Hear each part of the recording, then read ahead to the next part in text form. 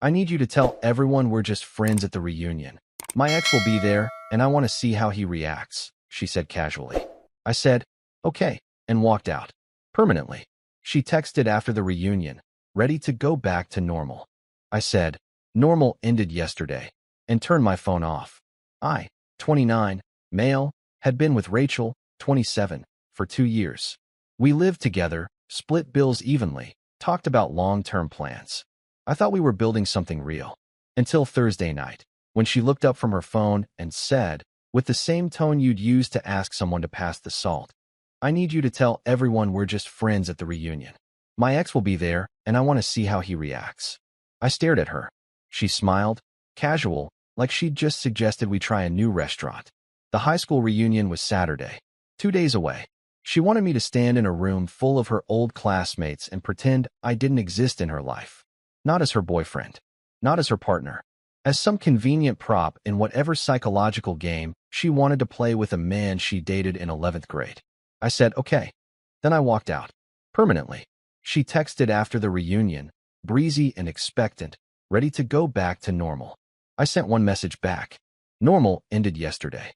Then I turned my phone off. 2 years. That's how long I believed in us. Rachel and I met through mutual friends at a bar trivia night. She was quick, funny, good at banter. We started dating 3 weeks later. 6 months after that, she moved into my apartment when her lease ended. It felt natural, easy. We cooked together, watched shows together, fell into a rhythm that seemed like partnership. Looking back now, I can see the pattern I ignored. Small things. The way she'd mention her ex, Kyle, too often. Always in passing. Always framed as meaningless. Kyle used to hate that movie too. Kyle's cousin just had a baby. Little breadcrumbs of a person she claimed didn't matter. I never asked her to stop. It seemed petty to police casual mentions of someone from her past. I figured everyone is exes. Everyone has history. Secure people don't feel threatened by old relationships that ended years ago. But there were other things. The way she'd check her phone during dinner and smile at something, then close the screen quickly when I glanced over. The way she'd angle her body away from me when texting sometimes. The way she'd mention getting a message from an old friend from high school, but never elaborate. I didn't press. I trusted her. That was the framework I operated in. Trust until given a reason not to. The reunion invitation arrived 3 weeks ago. It came in a group text to her phone. I saw it when she showed me, laughing at some of the names. God, I haven't talked to these people in 10 years. She scrolled through the list of confirmed attendees. I watched her pause on one name. Kyle Morrison. She didn't say anything. Just kept scrolling. She RSVP'd yes the next day. I asked if she wanted me to come. She hesitated just a second, then said, it's more of a classmates-only thing. I nodded. That made sense. High school reunions are weird. I wouldn't want to drag her to mine either. But Thursday night, sitting on our couch, she revised the script. Actually, you should come, she said, eyes still on her phone. It'll be fun. You can meet everyone. I said sure. Sounded fine. I'd meet her old friends, make small talk, be supportive. Standard partner behavior. Then came the second part. The part that ended everything. She set her phone down on the coffee table, screen up. I could see a text thread open. Someone named Jess. The preview showed. Is Kyle bringing anyone? Rachel looked at me. Not nervous. Not guilty. Just matter of fact. One thing though, she said. I need you to tell everyone we're just friends. I blinked. What? At the reunion. Just tell people we're friends. If anyone asks. I sat up straighter. Why would I do that? She shrugged. One shoulder. Casual. Like this was a minor logistical detail. Kyle's going to be there. I want to see how he reacts. If he thinks I'm single. The room felt smaller suddenly. Quieter. I could hear the hum of the fridge in the kitchen. The faint buzz of the overhead light. You want me to pretend we're not together? I said slowly. So you can manipulate your ex-boyfriend's emotions. It's not manipulation. She rolled her eyes, a little smile tugging at her mouth. It's just seeing if he still cares. It's harmless. Harmless. Yeah. Look, we broke up in a messy way. He didn't want it to end. I did. I just want to know if he ever moved on, or if he still hung up on me. That's all. It's not like I'm going to hook up with him or anything. I stared at her, trying to map this person onto the woman I thought I'd been living with. The woman I'd been building a life with. The woman I trusted. You want me, I said, each word deliberate. To stand in a room, next to you, and lie to everyone we meet about who I am to you. It's not a lie. We are friends. We're just also dating. Friends is a subset. Rachel. What? She looked genuinely confused by my tone. It's not a big deal. It's one night. Just a few hours. You don't even have to talk to him. Just let him wonder. Then we go home, and everything's normal. Normal. That word sat between us like something dead. I thought about the last 2 years. The rent I'd paid. The meals I'd cooked. The nights I'd held her when she was stressed about work. The time I drove 3 hours to pick her up when her car broke down. The birthday trip I'd planned. The future I'd imagined. And here she was, asking me to erase myself. To become invisible.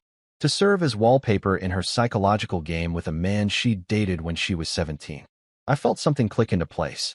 A clarity I hadn't expected. Cold and absolute.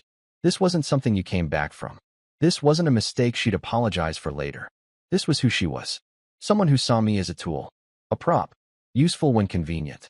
Discardable when inconvenient. Some things you don't negotiate. Some lines, once crossed, redraw the entire map. I stood up. Okay, I said. She brightened. Really? Thank you. I knew you'd understand. It's just one night, and then. I walked to the bedroom. She followed, still talking, saying something about how it wasn't a big deal, how I was being cool about this, how she appreciated me being so chill. I pulled my duffel bag from the closet. Started packing. Clothes. Toiletries. Charger. Wallet. Keys. What are you doing? She asked. Leaving. Her voice shifted. Confusion now. Wait, what? What? I didn't stop packing. Didn't look at her. You just asked me to erase myself so you can play mind games with your ex. That's not something I'm interested in participating in. I'm not asking you to erase yourself.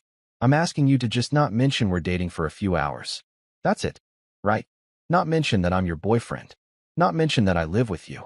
Not mention that we've been together for 2 years. Just be some guy who happens to exist near you. That's what you're asking. You're overreacting. I zipped the bag. Turned to face her. No. I'm reacting appropriately. You just told me I'm less important than getting validation from someone you dated in high school. You just told me my role in your life is negotiable based on who's watching. That's all the information I need. It's one night. It's not about the night. It's about what you think of me. What you think this is.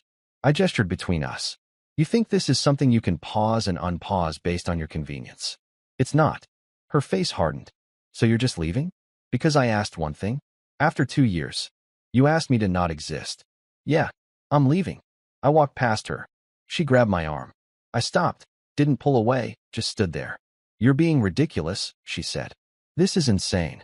You can't just leave over this. I looked at her hand on my arm, then at her face. Yes, I can. I pulled free. Walked to the front door. She followed, voice rising now, half angry, half disbelieving. Fine. Go. See if I care. You're making this into some huge dramatic thing when it's not. I opened the door. Turned back one last time. Have fun at the reunion, I said. Then I left. I drove to my friend Marcus's place. He answered the door in sweatpants, confused, then saw the bag and waved me inside without questions. I crashed on his couch. Didn't explain. He didn't push. Good friend. My phone buzzed 3 times that night. All from Rachel. 9:47 p.m. Are you seriously not coming back tonight? 10:23 p.m. This is childish.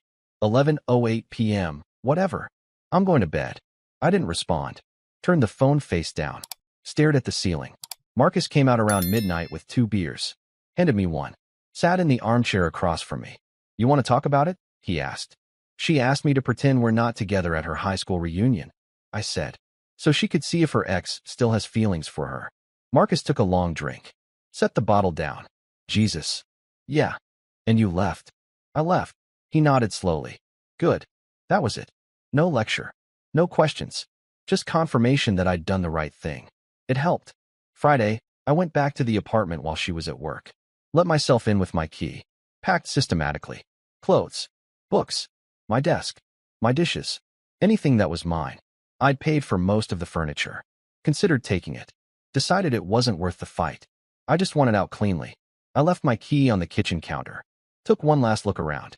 2 years of my life in this space. 2 years I believed in something that turned out to be conditional. I texted her once. Came by for my things. Left the key. I'll send someone for the furniture next week. Don't contact me. Her response came fast. You're really doing this? Over one request. I didn't reply. Saturday was the reunion. I spent it moving into a short-term rental I'd found online. 1 bedroom. Small. Clean. Mine.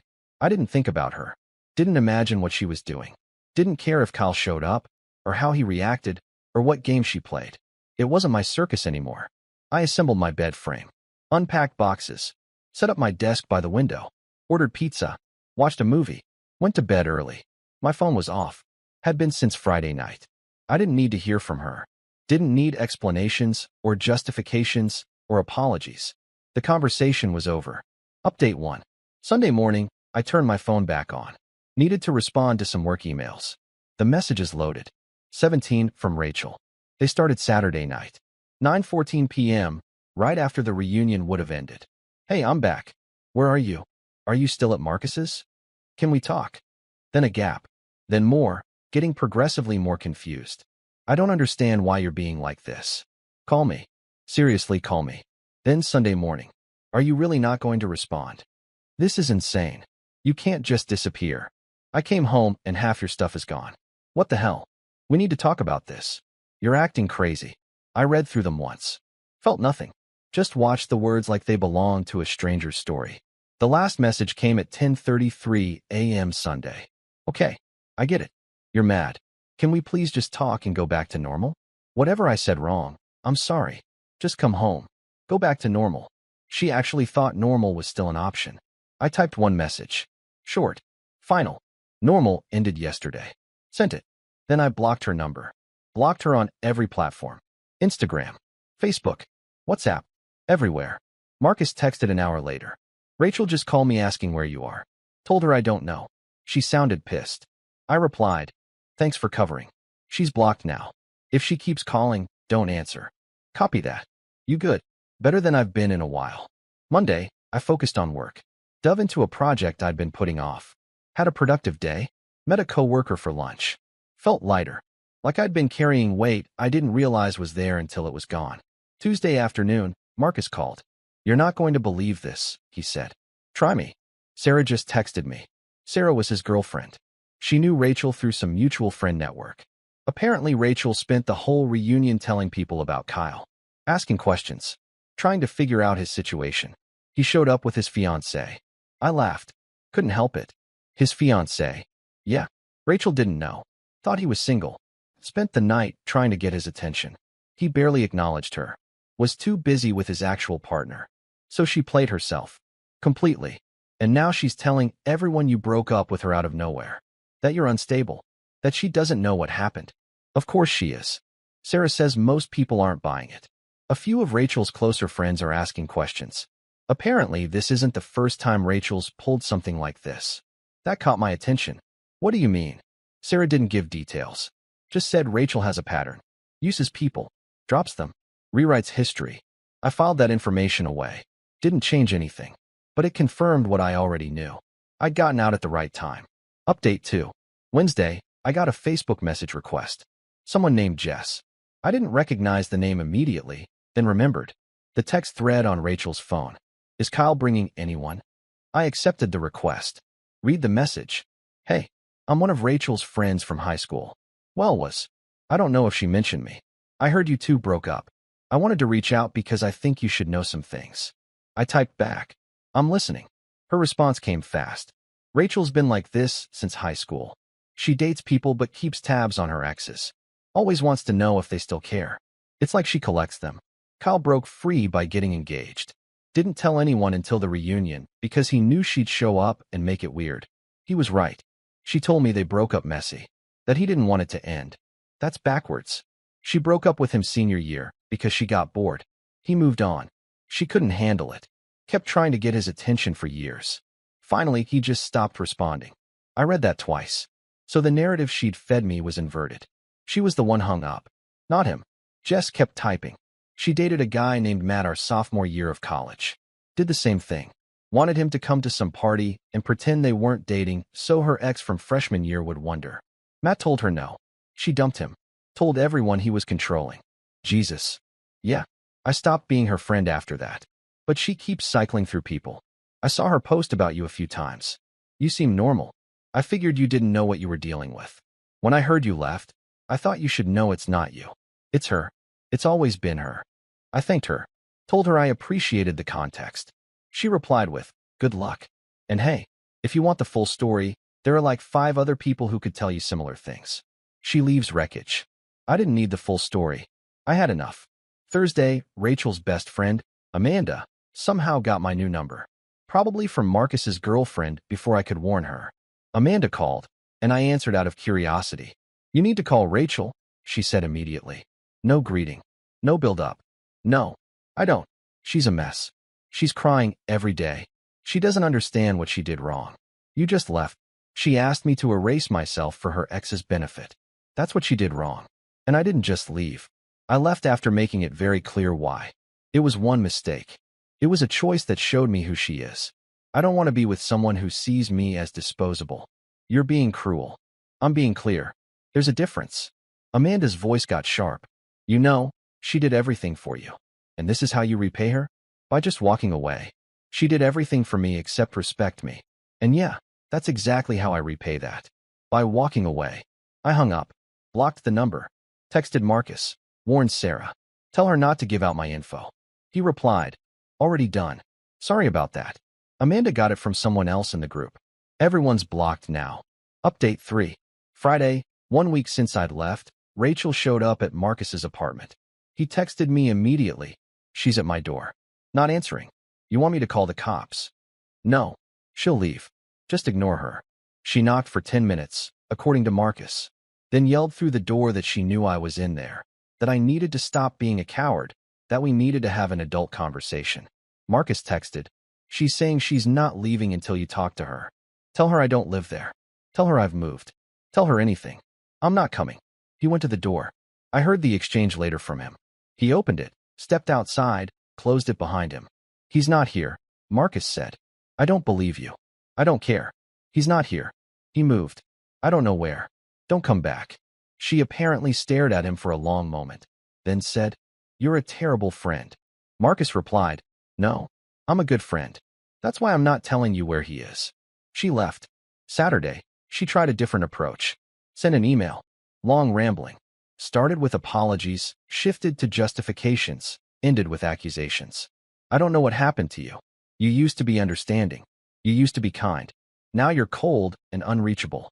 I made one mistake, and you threw away 2 years like it meant nothing. Do you know how that feels? Do you care at all? I thought we were partners. I thought we were building something. But apparently I was wrong. Apparently, you were just looking for an excuse to leave. Maybe you never loved me. Maybe this was always temporary for you. I'm done trying. If you want to be a stranger, fine. Be a stranger. But don't pretend this is my fault. You're the one who left. You're the one who won't even have a conversation. This is on you. I read it once. Didn't reply. Archived it. Sunday, 2 weeks since the initial conversation, I got a message from a number I didn't recognize.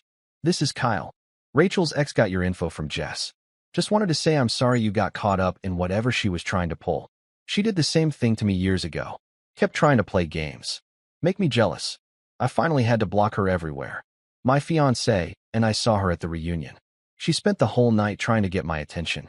It was uncomfortable. Jess told me what happened with you. Good on you for getting out. She doesn't change. I replied, thanks for the heads up. Appreciate it. And congrats on the engagement. Thanks. And hey, if she starts showing up places, document it.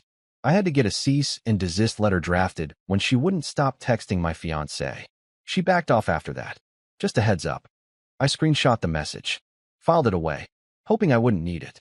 3 weeks after I left, Marcus told me Rachel had moved out of the apartment.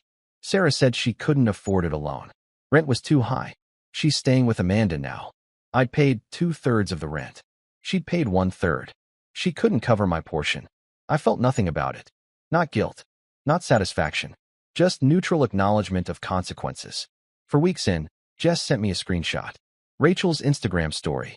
A long text post. Sometimes you give everything to someone and they walk away the second things get hard. Sometimes you realize people aren't who you thought they were. Sometimes you're better off alone than with someone who can't handle one difficult conversation. Growth comes from pain. I'm choosing to grow. I showed Marcus. He laughed. She's really trying to spin this. Let her. Doesn't change reality. Sarah told Marcus that most of their friend group had stopped engaging with Rachel's posts. A few had reached out to others who'd dated her. The pattern was consistent. Manipulation. Mind games. Rewriting history when people left. Amanda apparently confronted Rachel about it. Told her people were talking. Rachel denied everything. Said everyone was jealous. Said I'd poison people against her. Amanda didn't buy it. According to Sarah, Amanda had started pulling back too. 5 weeks in, Rachel tried one more time. Sent a message through LinkedIn. Professional network. Last place I hadn't blocked her. I know you don't want to hear from me. I get it. But I need to say this. I was wrong. I shouldn't have asked you to lie. I shouldn't have put you in that position. I was insecure and stupid and I hurt you. I'm sorry. I know sorry doesn't fix it. I know you've moved on. But I needed you to know that I understand now. I understand what I did. And I'm working on it. I'm seeing a therapist. I'm trying to be better. Not for you. For me. Because I don't want to do this to anyone else. You were right to leave. I don't blame you. I just wanted you to know that you leaving made me see things I couldn't see before. So thank you. And I'm sorry. I won't contact you again. I read it. Reread it. It sounded genuine. Maybe it was. Maybe she really was working on herself. Didn't matter. The door was closed. I didn't reply. Just archived the message. Blocked her on LinkedIn too. 6 weeks in, I ran into one of her co-workers at a coffee shop. Didn't plan it. Just random encounter. She recognized me from a holiday party Rachel had dragged me to last year. Hey, you dated Rachel, right? Used to. Yeah. She hesitated. I don't want to overstep. But she's been talking about you at work. A lot. Telling people you were abusive. That you controlled who she could talk to. I felt my jaw tighten. That's not true. I know. I've seen her do this before. She dated someone in our department 2 years ago. Same thing. He left. She rewrote the story. I just thought you should know in case it gets back to you. Appreciate the warning. For what it's worth, I never believed her. Neither do most of us. She's got a reputation. I thanked her. Left. Felt the anger rising for the first time in weeks. Not at her lies. At the audacity. The entitlement. The inability to just let it end. I called a lawyer friend that afternoon. Asked about defamation. He said unless she was putting it in writing or it was affecting my job, there wasn't much to do. Told me to document any written statements if they showed up. Keep records. I started a folder. Screenshots. Messages. Timestamps. Just in case. 2 months after I walked out, I was sitting in my new apartment, smaller but mine, and I realized something. I felt free. Not relieved. Not vindicated. Just free. Free from monitoring my words to avoid triggering insecurity. Free from wondering if I was enough. Free from the constant low-level anxiety that came with being with someone who saw relationships as games. I'd started seeing someone new. Met her at a work conference. Emma. 31. Consultant. Sharp. Direct. No games. On our 3rd date, she asked me about my last relationship. I told her the short version. The request. The walkout. The aftermath. She listened. Nodded. Then said, "Good for you. That's not something you come back from." That's what I figured. Some people think boundaries are negotiable. They're not. You don't owe anyone a second chance when they show you who they are that clearly. I liked her more after that conversation. Marcus asked me once if I regretted it. If I ever wondered if I'd overreacted. No, I said. She asked me to stop existing for her convenience. That's not overreacting. That's responding appropriately. Fair. The thing is, I said, I don't even think she understands why it was so bad. She still sees it as, I asked one thing, and he blew up. She doesn't get that the one thing revealed everything else. Some people never do, Marcus said. 3 months in, I got a message from a mutual acquaintance. Someone I barely knew. Asking if I'd heard about Rachel. I almost didn't answer. Then curiosity got me. Heard what? She's dating someone new. Same pattern. Already trying to control how he interacts with people. One of his friends reached out to me asking if I knew anything about her. I told him to run. Did he? Don't know yet. Some people have to learn the hard way. I thought about that. About the cycle. About how Rachel would probably keep doing this until someone or something forced her to change. But that wasn't my problem anymore. I replied, "Thanks for the update. Hope he figures it out." Then I deleted the conversation. Didn't need to track her anymore. Didn't need to know. For months after I left, Emma and I were walking through a bookstore. She stopped in the travel section. Pulled a book about Iceland off the shelf. "I've always wanted to go here," she said. Me too. Let's plan it. She looked at me. Really? Yeah. Why not? We booked tickets that night. 3 months out. Reykjavik. Northern Lights. Hot Springs. A trip built on wanting to experience something together, not on proving anything to anyone. The night before we left, I got one last message. From Amanda, Rachel's former best friend. Just wanted to tell you something. Rachel finally admitted what she did. Took her 4 months, but she told me the truth about why you left. Said she asked you to hide your relationship at the reunion. Said she realizes now how messed up that was. Said she's genuinely in therapy. I don't know if you care, but I thought you should know she's at least owning it now. I read the message. Felt nothing. No anger. No satisfaction. Just mild acknowledgement. I typed back. Thanks for letting me know. I hope therapy helps her. Then I turned my phone off. Packed my bag. Got ready for Iceland. Emma asked me that night if I ever thought about Rachel. Sometimes, I said. Not in a missing her way. More like remembering a lesson. What lesson? That some people see relationships as performances. And I'm not interested in performing. She kissed me. Good. Neither am I. We left for Iceland the next morning. I didn't think about Rachel on the plane. Didn't think about her in Reykjavik. Didn't think about her when we saw the Northern Lights, or when we sat in the Blue Lagoon, or when we hiked to a waterfall. I thought about the life I was building, the person I was with, the future that looked nothing like the past. Normal had ended that day in the apartment. But normal had been a trap anyway. Something that looked stable but wasn't. Something that required me to shrink. This, what I had now, wasn't normal. It was better. It was real. Built on respect. On honesty. On two people who saw each other as people, not props. Rachel had wanted to see if her ex still cared. In the process, she'd shown me that she didn't care. Not about me. Not about what we'd built. Not about anything except her own validation. And I'd walked away. Permanently. Some doors, once closed, stay closed. This was one of them.